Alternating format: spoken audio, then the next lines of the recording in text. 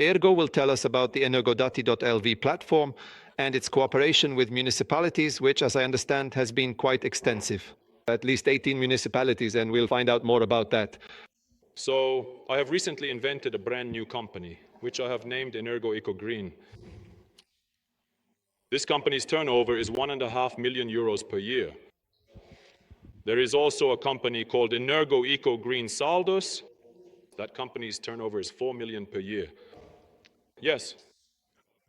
The profit for such a company, in quotation marks, is potentially 300,000 euros per year, and on average, these kinds of companies employ half an employee or one employee.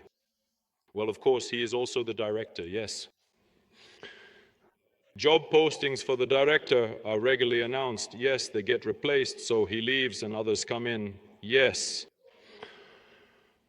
He has quite good job responsibilities and the requirements are fairly high. Yes. A higher education degree, an energy auditor's certificate is preferred.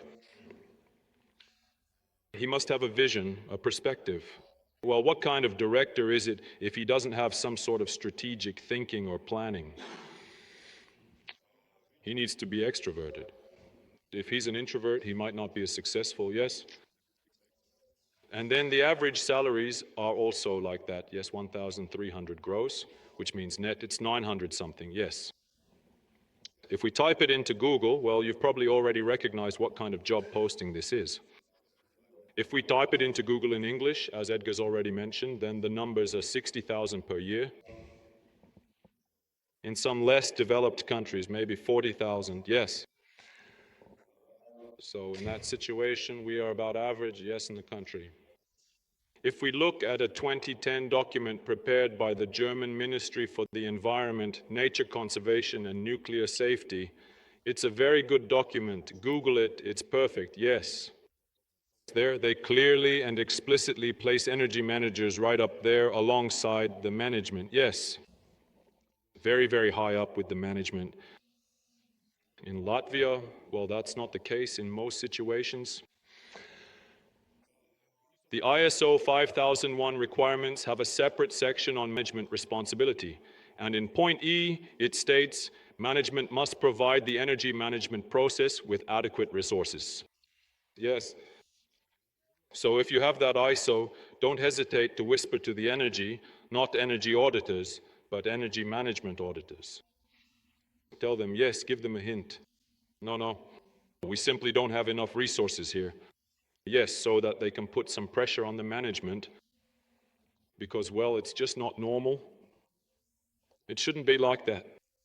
As a result, our sector is lagging a bit. So what do we do understanding these circumstances? We are also a company that needs to make a profit. So we look at the situation and adapt accordingly. So that's our approach. So there is the Energo Data platform where information dashboards can be freely created, and we are focusing on attracting additional people. If that one energy manager can't do it alone, we haven't limited the number of users, and we tell everyone, add more people without any restrictions whatsoever. The more people you add, the better, because in every municipality there are some activists, people with initiative, and they need to be brought into the process. Yes, so like additional staff. If the municipal leadership has officially allocated just half an employee, then you, as that dedicated half employee, can very cleverly and resourcefully recruit additional helpers for yourself and your important tasks. And in every single municipality, there are indeed such people who can readily take on a significant part of the long list of tasks of the energy manager, thereby making their workload considerably easier. And it is highly desirable to have such initiative coming from the leadership somewhere. Everyone always praises Liepāja, but Martin Stidens is probably one of the few who is high up in the leadership, and there have even been some issues. Everyone asks, how did you manage to get that done? He says, well, I just went to the next office to see the mayor and arranged it. Yes. In all other municipalities, some people can do that, some can't. Well, yes, and then all that activity, of course, happens for us in cycles. And then we suggest starting with the two simplest things: the amperage of the distribution network and heating regulation. That's the fastest way to get the first results, yes, for yourself, to show yourself, yes, or to get the boss involved, who can then communicate with the deputies accordingly, yes, to earn some stripes for themselves. Well, here we can highlight SASIS. Eagles, look, sitting there, well done, Sadals. Distribution amperage, go to the distribution page, click, click, click, click. I don't need that many amperes, 60,000 euros a year in your pocket. In Sigulda, 35. And then in Rezekne, last year was a successful year thanks to active work with the platform for heating regulation, 400,000 euros. For Lipaia, we can't even calculate those euros anymore because they've been actively working for so long. And then it's like when I go to companies, they ask, how quickly will your monitoring pay for itself for us, right? And energy efficiency is such a tricky thing, because you measure before, you measure after, but it's hard to measure what it would have been like if nothing had been done. Well, it's really complicated. It's not really possible. And then, although I didn't explicitly put it up here for immediate viewing, you can certainly take the time to meticulously write down those specific numbers and important acronyms mentioned below, such as IPM and IPMVP. That is indeed something you can readily Google and thoroughly look up online, and it is precisely and directly about this very crucial topic: how to effectively and comprehensively demonstrate what precise and tangible kind of valuable results your dedicated work has actually achieved in a measurable way. Well, we also approach this with baseline lines, as we've already mentioned. We call these dot charts, yes. So what should you be looking at here? The straighter they are, the better. Here, 2023 is checked off, and I think it's either 2018 or 2019. So then our platform calculates for this specific heat unit. If it had been regulated in 2018, like it is today, well then, 2016. Here I have 2016 checked off. The year 2023, then the savings for this particular one would be 2,900 euros, right? Well, there's a long and deep story about what this is, but basically it's this. On the horizontal axis is the outdoor air temperature, and on the vertical axis is the consumption. I don't know if you can see it there. Wait. Yes, you can see it. So at 0 degrees, we can see that each dot represents 1 day, showing how the consumption changes. And here you can clearly see that they form 2 lines. So in the live system, you can click on Saturday, Sunday. So here it's clear that for this particular site, there's a drop on Saturdays and Sundays, and all those lower dots are Saturdays and Sundays, while the others are weekdays, right? And the straighter these graphs look, the more orderly the site is. Well, yes, and then we have those virtual scales. Yes, so when we involve those users, many of them don't really understand anything about kilowatt hours, right? So we've created these virtual scales. So as a person moves over it, they look green, red, right. And this combines what the previous speakers mentioned: goals, annual targets, baselines, and with these scales, a non-standard person, an ordinary mortal, understands green is good, red is bad. Maybe the energy manager will scold me for this. And then all those scales are compiled together in a big table. And now we've also made improvements everywhere. Wherever your platform allows you to download data to Excel, it then goes into macros and pivots. As a result, you can format that data in all sorts of ways there. So the idea is this. In Rezekne, they have this idea, and in Lipaia, the bonus system works according to this table. So what is the result from all the sites combined? That amount of money is either allocated for bonuses. Rezekne has an idea for something like an energy efficiency fund, where we can clearly see that by the end of the year there will be, say, 100,000 less, so already this year that money is reinvested in some minor improvements. All right, and heating. Normally, heating is regulated according to the outside air temperature. If it's colder outside, it uses more. If it's warmer, it uses less.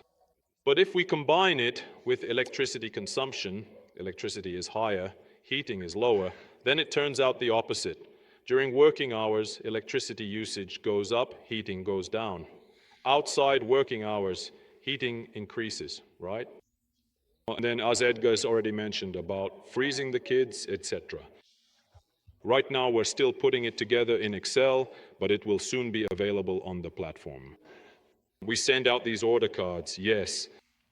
We say survey the sites so they can place their orders specifying from what time to what time they need comfort, and then give this information to the technical staff to adjust accordingly to fine-tune the operation of the heating units so that everything matches up. So during working hours we heat more, and outside working hours we heat less.